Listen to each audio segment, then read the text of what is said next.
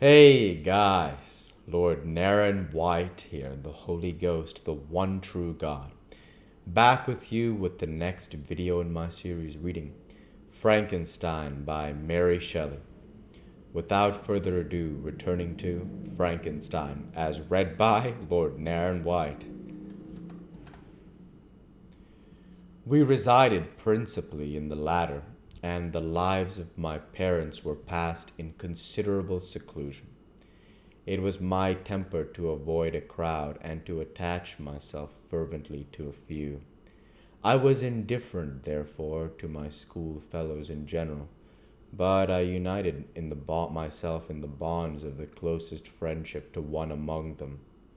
Henry Clerval was the son of a merchant of Geneva. He was a boy of singular talent and fancy. He loved enterprise, hardship, and even danger for its own sake. He was deeply read in books of chivalry and romance. He composed heroic songs, and began to write many a tale of enchantment and knightly adventure.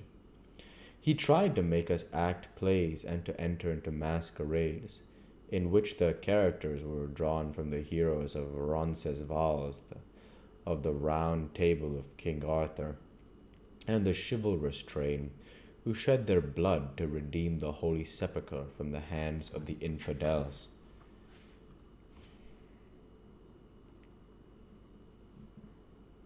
No human being could have passed a happier childhood than myself. My parents were possessed by the very spirit of kindness and indulgence.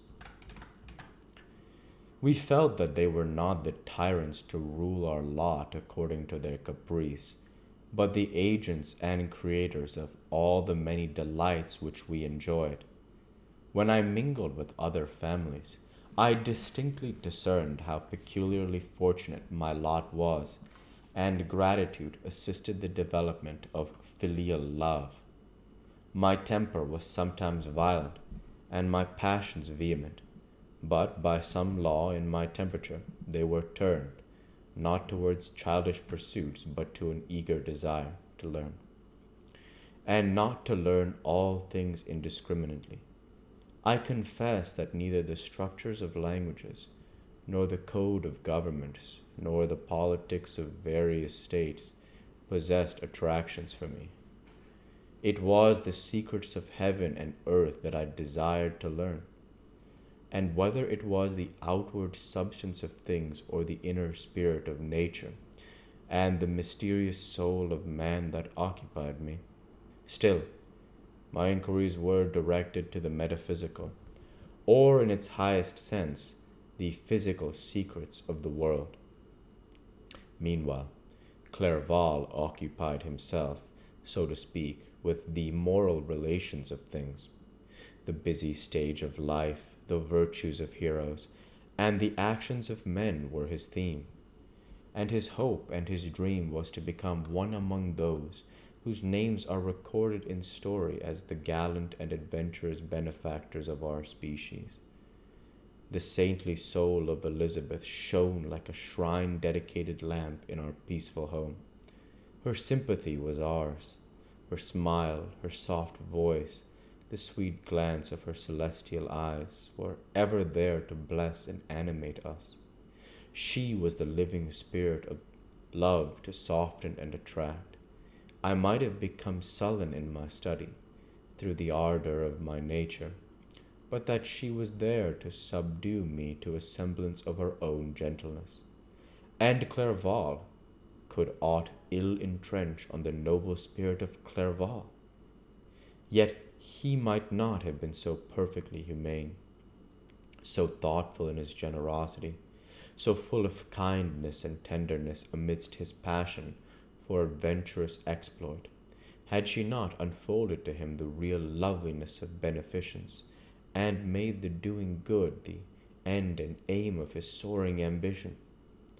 I feel exquisite pleasure in dwelling on the recollections of childhood, before misfortune had tainted my mind, and changed its bright visions of extensive usefulness into gloomy and narrow reflections upon self.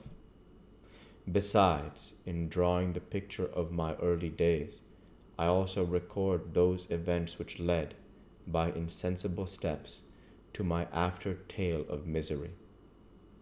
For when I would account to myself for the birth of that passion which afterward ruled my destiny, I find it arise, like a mountain river, from ignoble and amongst almost forgotten sources.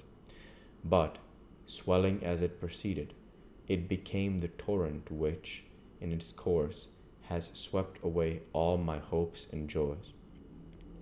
Natural philosophy is the genius that has regulated my fate. I desire, therefore, in this narration, to state those facts which led to my predilection for that science. When I was 13 years of age, we all went on a party of pleasure to the baths near Thonon. The inclemency of the weather obliged us to remain a day confined to the inn. In this house I chanced to find a volume of the works of Cornelius Agrippa. I opened it with apathy, and the theory which he attempts to demonstrate, and the wonderful facts which he relates soon changed this feeling into enthusiasm. A new light seemed to dawn upon my mind, and bounding with joy, I communicated my discovery to my father. My father looked carelessly at the title page of the book and said, "Ah, Cornelius Agrippa! My dear Victor, do not waste your time upon this. It is sad trash." If, instead of this remark, my father had taken the pains to explain to me that the principles of Agrippa had been entirely exploded, and that a modern system of science had been introduced, which possessed much greater powers than the ancient, because the powers of the latter were chimerical, while those of the former were real and practical, under such circumstances I should certainly have thrown Agrippa aside, and have contented my imagination, warmed as it was, by returning with greater ardor to my former studies. It is even possible that the train of my ideas would never have received the fatal impulse that led to my ruin. But the cursory glance my father had taken of my volume by no means assured me that he was acquainted with its contents, and I continued to read with the greatest avidity. When I returned home, my first care was to procure the whole works of this author, and afterwards of Paracelsus and Albertus Magnus. I read and studied the wild fancies of these writers with delight. They appeared to me treasures known to few besides myself. I have described myself as always having been imbued with a fervent longing to penetrate the secrets of nature. In spite of the intense labor and wonderful discoveries of modern philosophers, I always came from my studies discontented and satisfied. Sir Isaac Newton is said to have avowed that he felt like a child picking up shells beside the great and unexplored ocean of truth. Those of his successors in each branch of natural philosophy with whom I was acquainted appeared even to my boy's apprehensions as tyros engaged in the same pursuit. The untaught peasant beheld the elements around him and was acquainted with their practical uses. The most learned philosopher knew little more. He had partially unveiled the face of nature, but her immortal lineaments were still a wonder and a mystery. He might dissect, anatomize, and give names, but not to speak of a final cause. Causes in their secondary and tertiary grades were utterly unknown to him.